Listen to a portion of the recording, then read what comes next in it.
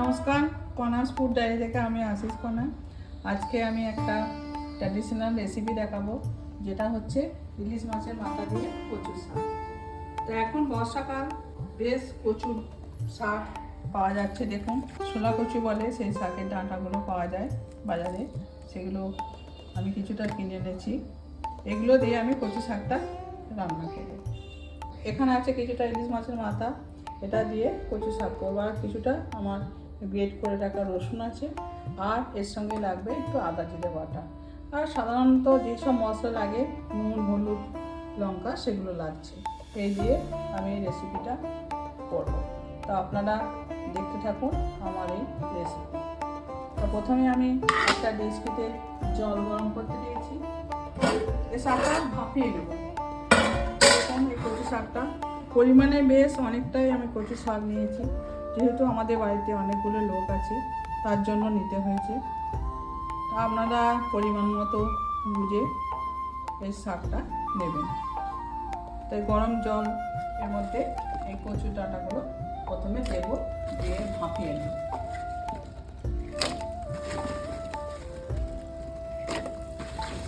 দিয়ে দিলাম। এরপর আমি একটা চাপা দেবো, আস্তে আস্তে সেদ্ধ হবে।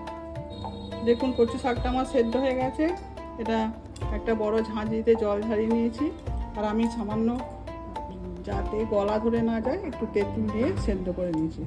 আপনারা চাইলে একটু টক তেঁতুল বা পাতিলেবু রস দিয়ে সেদ্ধ করে নেবেন, তাহলে গলা ধরার ভয়টা থাকে না। একটা কড়া চাপিয়ে নিয়েছি। এরপর কড়াটা বেশ গরম হয়ে গেছে। আমি কিছুটা সর্ষের তেল দেব। সর্ষের তেল দিয়ে মাছের মাথাগুলো ভেজে নেব।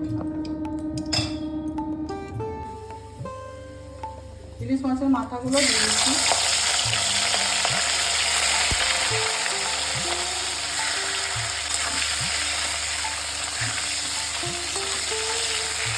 মাথাগুলো হালকা করে ভেজে নেবো। ভেজে নিতে হবে, খুব বেশি বড় করে ভাজবে না। মাছের যে নিজস্ব স্বাদ আছে, সে স্বাদটা নষ্ট হয়ে যাবে ইলিশ মাছের। দেখুন, মাছগুলো মোটামুটি ভাজা হয়ে গেছে। একটা টুকরো করে মাঝখান থেকে ভেঙে নিয়েছি মাথাগুলো। এরপর এগুলো আলাদাভাবে তুলে রেখে দেবো। আপনারা এটা আলাদাভাবে মাথাগুলো এরকমভাবে তুলে রেখে দেবেন। প্রথমে এই তেলের মধ্যে কিছুটা সরষের তেল আবারও আমি দিলাম। তারপর কয়েকটা ফোড়ন দেব। দেখুন, ফোড়নে কী আছে, বিশেষ কিছু নেই। তেজপাতা আছে দুটো শুকনো লঙ্কা আছে, আর সামান্য কালো জিরে আছে। এগুলো সব একসঙ্গে দিয়ে দিচ্ছি। ফোড়নে দিলাম। আর যে রসুনটা গ্রেট করে দিলাম, সেই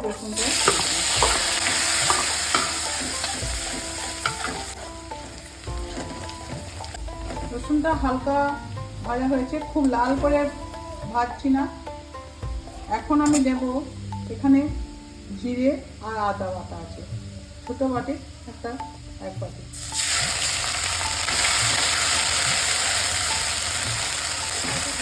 এরপর কিছুটা রেগুলার মশলা দেবো, হলুদ গুঁড়ো দেবো। আমি বাটা তো আছে, আরও কিছুটা গুঁড়ো দিয়ে দিচ্ছি। কিছুটা ধনে গুঁড়ো দিচ্ছি, একটু শুকনো লঙ্কা দিয়ে দিচ্ছি। আর তার কিছু মশলা লাগবে না। আর নুনটা দেবো শাকটা যখন ভাজবো তখন। এবার ভেজে রাখা মাথাটা দিয়ে দেবো।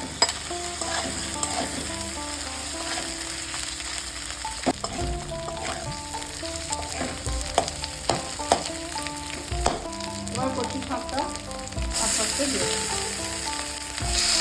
খুব সহজ রান্না, তাড়াতাড়ির মধ্যে হয়ে যায়। কচু শাকটা দিয়ে দিয়েছি। এবার ভালো করে মশলার সাথে, ইলিশ মাছের মাথার সাথে ভালো করে এবার আস্তে আস্তে কষিয়ে নিতে হবে। আর সেরকম বিশেষ কিছু করার নেই। জলটা শুকিয়ে গেলে পরিমাণ মতো লবণ আর চিনি দেব, তাহলে আমাদের রেডি হয়ে যাবে ইলিশ মাছের মাথা দিয়ে কচু শাক। এটা বর্ষাকালে এই কচু শাকটা পাওয়া যায় খুবই বাজারে। খুবই সহজভাবে আপনারা পাবেন।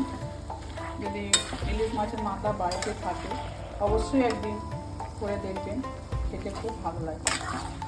অনেকটা জল শুকিয়ে গেছে মাছের, আর শাক দিয়ে যেটা করছি এখনও আমি লবণ দিইনি, এই অবস্থায় লবণ এবার দেবো। অনেকটা ভাজা হয়ে গেছে, কষানো হয়ে গেছে, এবার লবণ আর মিষ্টিটা দিয়ে দেবো। পরিমাণ মতো নুনটা দিচ্ছি, পরিমাণ মতো চিনি, একটু মিষ্টি মিষ্টি হয়, 2 চামচের মতো চিনি।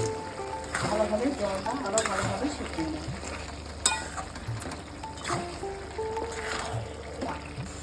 দেখুন আমার ইলিশ মাছের মাথা দিয়ে কচুর শাক রেডি হয়ে গেছে।